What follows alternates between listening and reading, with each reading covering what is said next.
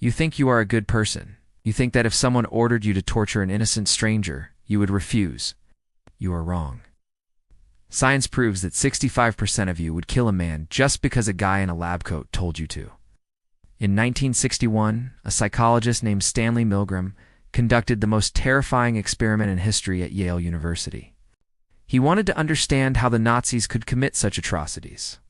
Were they monsters? Or were they just following orders?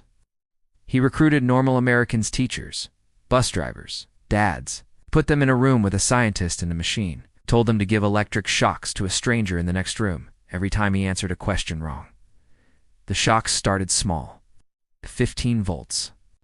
But they went up to 450 volts, deadly levels. As the shocks got higher, the stranger in the other room started screaming, "Let me out. My heart hurts. I can't stand it." The subjects started to panic. They sweated. They begged the scientist to stop. But the scientist just said 4 words. "The experiment requires that you continue." And here is the horror. They continued. 2 out of every 3 people shocked the stranger into silence. They kept flipping the switch even when the man stopped screaming, potentially killing him. Why? Because of the agentic state.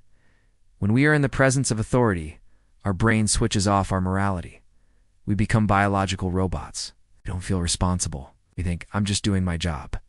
This explains every genocide, every corporate crime, and every act of cruelty in history. The monster isn't under the bed. The monster is you, waiting for an order. If you want to understand the dark psychology of why you can't say no to authority, check the full documentary on my channel.